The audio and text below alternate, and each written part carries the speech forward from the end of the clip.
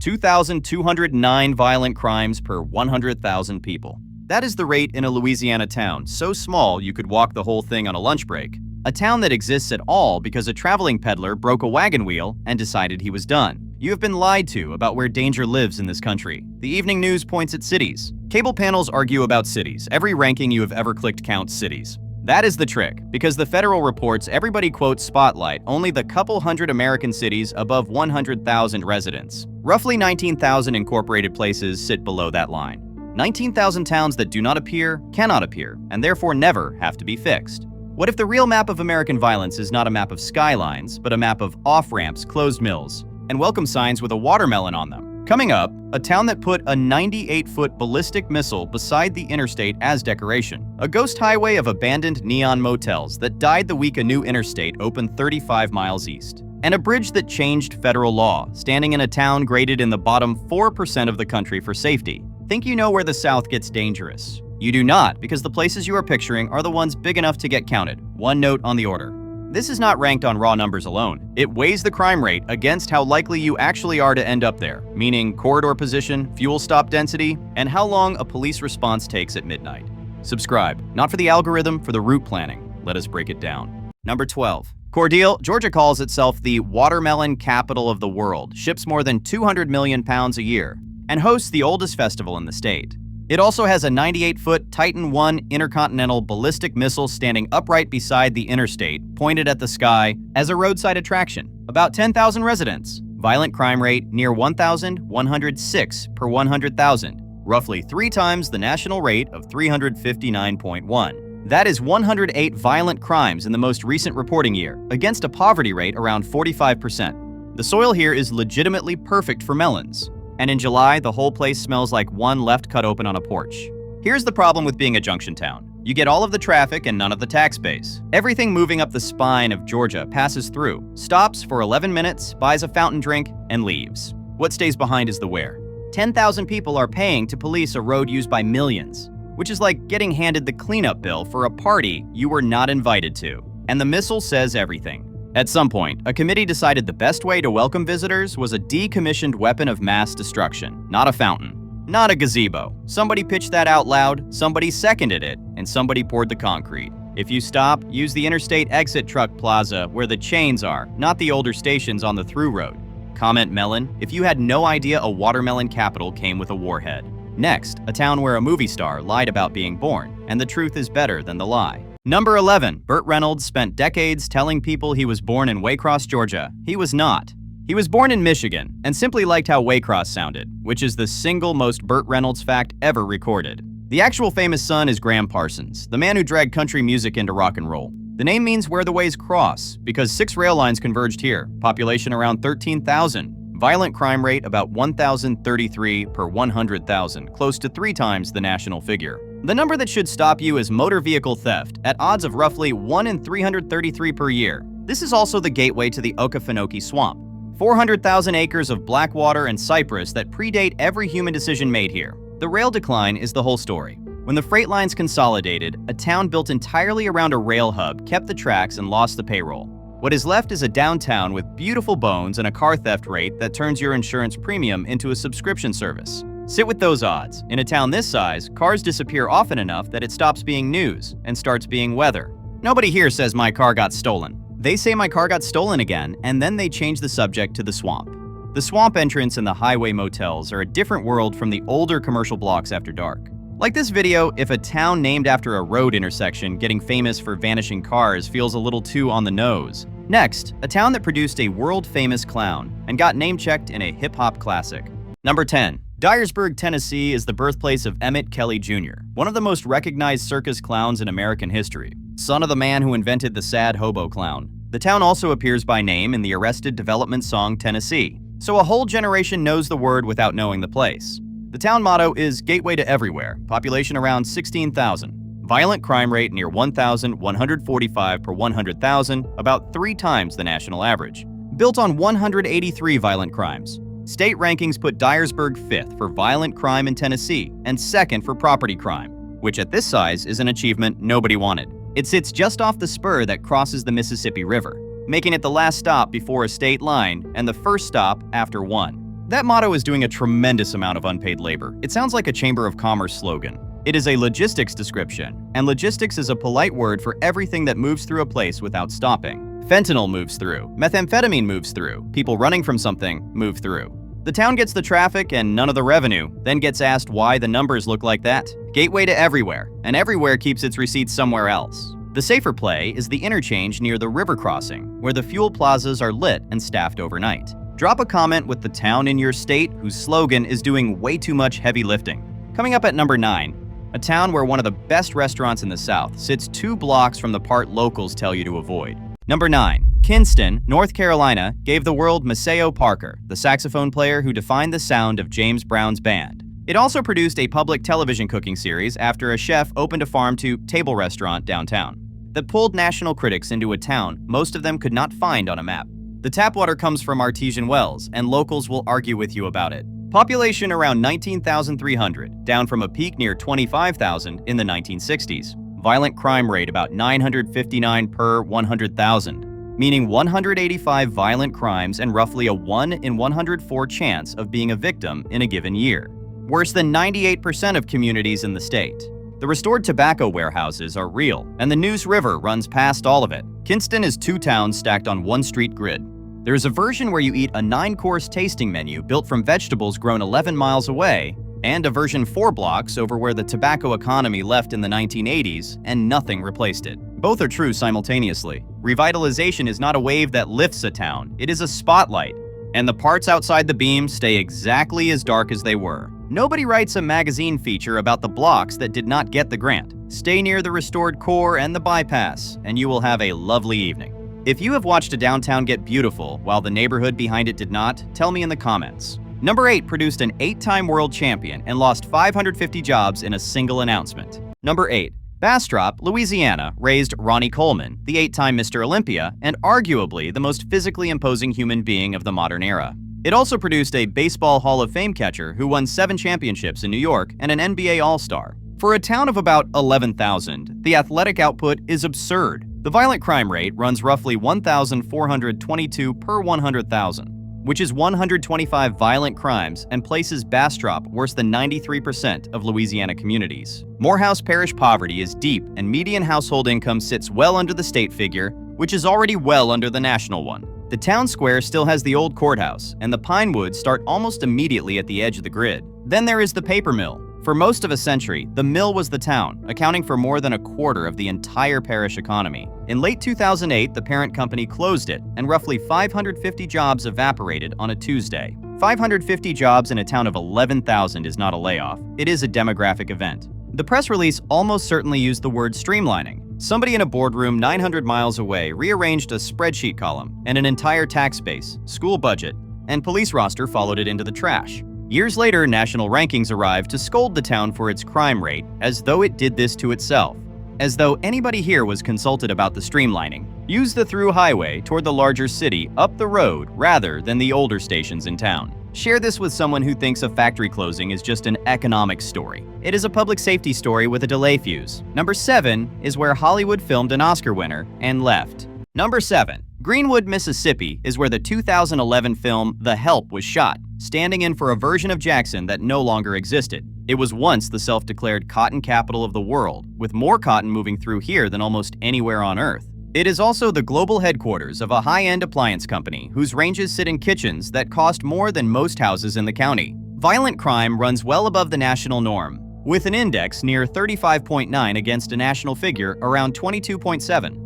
And property crime more than 3 times the national mark. Leaflore County median household income sits under $28,000. The raw counts here are small, so treat any single year rate as a snapshot rather than a trend. Grand Boulevard is one of the most beautiful streets in the Deep South, a mile of oaks planted a century ago, and the Yazoo River curls through the middle of everything. Here's the part that does not resolve. Downtown Greenwood has an excellent boutique hotel with a spa built by the appliance company. In a county with an income figure like that, it is not a scandal. It is 2 economies sharing a zip code and politely pretending not to notice each other. Hollywood came, spent money for 11 weeks, filmed a story about the 1960s, and left. The cotton warehouses are still standing and still empty. A film crew is not an industry. A hotel is not an industry. Cotton was an industry. It left when the machines got good, and nothing has been asked to replace it since. The oak-lined boulevard and hotel district are calm, and the older commercial blocks are where people will steer you away from. Leave a comment if you have walked Grand Boulevard, because everyone describes it the same way. Number 6 was built from nothing in under a year. Number 6. They call Bogalusa, Louisiana the Magic City, because in 1906 there was nothing here, and a year later there was a functioning town. Built all at once by a lumber company around what was then the largest sawmill in the world, cutting up to 1 million board feet in a single day. The name comes from a Choctaw phrase meaning dark waters. Population around 10,300, down from more than 21,000 at its peak in 1960. Violent crime rate near 1,131 per 100,000, with roughly a 1 in 81 chance of being a victim in a given year, worse than 94% of Louisiana communities. The recent trend is mildly encouraging, with the overall crime index down about 9% year over year. The street grid is still the original company layout, dead straight, with live oaks that have had a century to get enormous. A company town is a beautiful idea right up until the company reconsiders. The original mill era ended in 1938, barely 3 decades after the town was invented. The successor paper operation has shrunk repeatedly since. What you are looking at is a place designed on purpose by people who assumed the trees would last forever. The trees did not last forever, the design stayed. There is a specific sadness to streets laid out with total confidence for a population that never arrived. Picture early morning here. Fog sitting low between oaks on a street drawn on paper before anybody lived on it. A mill plume going straight up in cold air. A rooster somewhere, then a train, then nothing for a long time. Subscribe, because a town built in a year and unbuilt over a century is not something the evening news has 30 seconds for. Number 5 sits on the busiest drug corridor in the Southeast. Number 5. Anniston, Alabama has a museum full of espionage devices and Napoleonic-era weaponry, one of the odder private collections ever assembled by one man. Sitting beside a natural history museum that ornithologists cross the country to visit, the town was built as a planned private industrial community, a model city financed by an iron company. Today it sits directly on the interstate running from Texas to South Carolina, the busiest drug corridor in the Southeast. Reported violent crime rates run extraordinarily high, in some estimates near 3,000 per 100,000, though the most recent local reporting shows violent crime down roughly 15.5% year over year, with robberies close to doubling in the same period. Take both facts together rather than picking the one you prefer.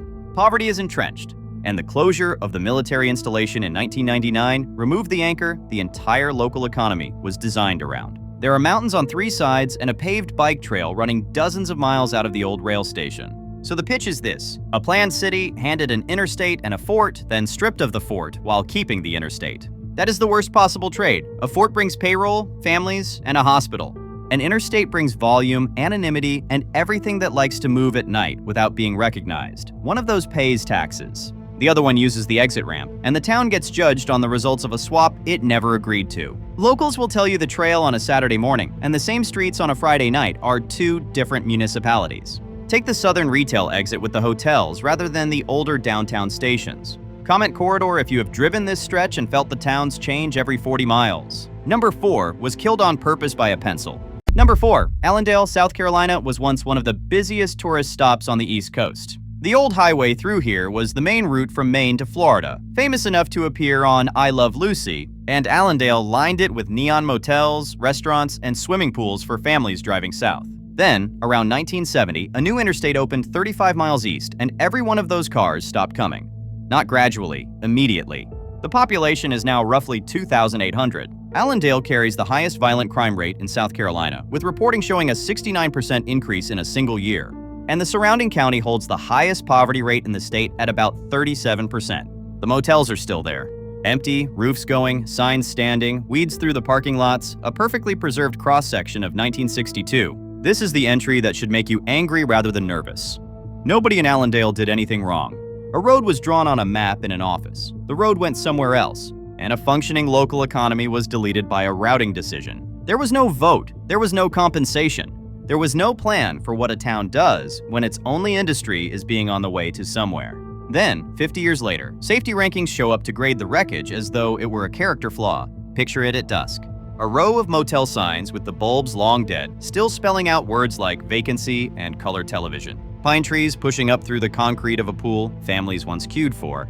The old highway completely silent, straight to the horizon, and the interstate humming faintly 35 miles east, where all the cars went. The advice is simple: stay on the interstate. It is the thing that emptied this place, and it is still where the safe fuel is. Like this video, if you had no idea, highway planning has a body count. Number 3 is the Zydeco capital of the world. Number 3. Opelousas. Louisiana was officially named the Zydeco music capital of the world by the state legislature, and it earned it, because this is the town of Clifton Chenier, the king of Zydeco himself. It is the 3rd oldest city in Louisiana. Jim Bowie, the man with the knife and the Alamo, spent his boyhood here. The Creole seasoning in your cabinet came from a man born here, and so did one of the most influential chefs in American history. Population about 15,263. Violent crime rate near 1,369 per 100,000, roughly 4 times the national figure, giving residents about a 1 in 73 chance of being assaulted, robbed, or worse in a given year. It carries the highest murder rate in Louisiana, which in a state with that reputation is a difficult record to hold. St. Landry Parish poverty is severe, and the town sits close enough to the north-south interstate to feel everything moving along it. There are 350-year-old oaks here, brick sidewalks, and public art shaped like fiddles scattered around town. Here's the trade the culture makes. On a good night in Opelousas, you can stand in a room where an accordion, a rubbered, and a drummer produce a sound that exists nowhere else on the planet. Invented right here by people who had almost nothing and built a global music genre anyway. That is not a tourism claim, that is the actual origin point.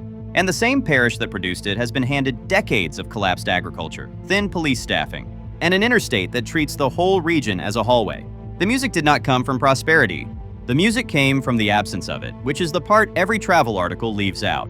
Picture a Saturday evening in October, the heat finally breaking, boudin on a grill somewhere down the block, an accordion starting up in a building with no sign on it, a rubbered coming in underneath, and 40 people who all know each other moving at the same time. Then picture the same street at midnight with nobody on it, and every local you met that night being very clear about which direction you should walk to your car. Comment Zydeco if you have heard it live, because people who have not have no idea what they are missing. Number 2 is a town where a bridge changed federal law. Number 2. On the 7th of March, 1965, roughly 600 marchers walked out of Selma, Alabama, crossed the Edmund Pettus Bridge, and were beaten by state troopers on the far side. The footage reached the entire country within hours. Within months, the Voting Rights Act was federal law. That bridge is a National Historic Landmark, and the annual crossing brings members of Congress, civil rights leaders, and tens of thousands of people to a town of about 17,000. Today, Selma reports roughly 620 violent crimes per 100,000 residents, from about 101 violent crimes in the most recent full reporting year, including 2 murders, with the overall figure down about 24.7% year over year. Independent crime grading places the city in roughly the bottom 4% nationally for safety. Poverty sits near 36%. Craig Air Force Base closed in 1977 and took the economic floor with it. That decline deserves to be said plainly, without a joke attached to it. This is a town asked to carry a piece of American history the rest of the country was not willing to carry, then left to do it with a hollowed-out tax base, a shrinking police force, and a downtown of extraordinary architecture that nobody has funded. School groups arrive by the busload. They photograph the bridge, walk the route, get back on the bus, and leave. Selma has been the site of a national pilgrimage for 60 years, and pilgrimage does not pay for streetlights. Picture late afternoon at the foot of the bridge, sun catching the steel arches, the Alabama River moving slow and brown underneath, wide and quiet, cicadas in the live oaks. A car crosses, then nothing for a full minute. It is the kind of silence that historic ground earns. And 4 blocks west of that silence, the streetlights are coming on. And inside every kitchen, a conversation is already underway about who goes outside tonight and who does not. Subscribe if you think a town that changed federal law is owed more than a plaque. Number 1 has the highest violent crime rate on this list, and it exists because a man broke a wagon wheel and gave up. Number 1. In the 1790s, a peddler traveling through central Louisiana broke a wagon wheel. He did not fix it. He did not continue. He set up a trading post where he stopped, and that is why Marksville, Louisiana, exists. The town also sits near prehistoric ceremonial mounds, a National Historic Landmark built by people who were here 2,000 years before that wagon, and it now hosts a 500-room casino resort owned by the Tunica Biloxi tribe. The violent crime rate is about 2,209 per 100,000 residents, more than 6 times the national rate, and by that measure, the most dangerous municipality in the state of Louisiana. Property crime runs near 5,628 per 100,000. Residents face roughly a 1 in 13 chance of being the victim of some crime in a given year. Avoyelles parish poverty is severe. The agricultural economy that once supported the region has thinned over decades, and the casino is now the largest single economic force in town. 1 in 13. Read that again. That is not a statistic you plan around, that is a statistic you organize your life around. That is the difference between locking your door and knowing which of your neighbors is home at 3 in the afternoon. And consider the full arc, founded by a man who quit. Built near a ceremonial site by a civilization that had been organized here for millennia. Farmed, then thinned out, and then handed a casino. Which means the largest employer in town is a building specifically engineered to move cash around all night, in a place where police response times are measured in geography rather than minutes. The casino is not the villain. The casino is the only thing that showed up. That is the actual problem, and it is the problem in every town on this list. Somebody left, one thing came back, and one thing is not enough. Picture 2 in the morning at the edge of Marksville. Bayou air, thick and green smelling, insects at full volume. The casino sign burning bright enough to light the tree line orange, cars in the lot, a baseline leaking out every time a door opens. And past the parking lot lights, 4 blocks in any direction, complete darkness, no traffic, and a police department covering an entire parish out of a building with a handful of cars in front of it. Share this with the friend who insists they can drive any road in America at any hour. They should know which off-ramps have somebody coming when they call, and which ones do not. One more thing, because a list like this can leave you thinking decline is a one-way street. It is not. Lynette. Alabama is a mill town of roughly 6,000 people that 2 decades ago had a gang problem serious enough to draw national attention. Local leadership, churches, and police built a sustained intervention program, and the gang presence dropped substantially. Property crime has trended down since. Nobody made a documentary about it. There is no viral video about the town where the intervention worked. Sit with that, because it means these numbers are not fate. They are policy, and policy is something human beings choose. Comment Lynette if you want a full video on the southern towns that actually turned it around. Here is what all 12 have in common. Everyone had an industry, and the industry left, or a road moved, or a base closed. Everyone kept the population that could not follow the jobs out. Everyone lost police staffing at the exact moment it needed more. And everyone is too small to appear in the national rankings that decide which places America worries about. Roughly 19,000 municipalities sit below that counting threshold. If it does not get counted, it does not get reported. If it does not get reported, nobody has to fix it. The forgotten part is not a side effect. The forgotten part is the entire mechanism, so do 3 things. Like this video, because content about small-town America does not spread unless you tell the algorithm it should. Subscribe, because the next one covers the southern towns that look perfectly safe on paper and absolutely are not. And that list is much harder to see coming. And share this with the friend who is 1 road trip away from learning all of it the expensive way. Stay smart, stay subscribed, and when the fuel light comes on in a town you have never heard of, drive the extra 10 miles.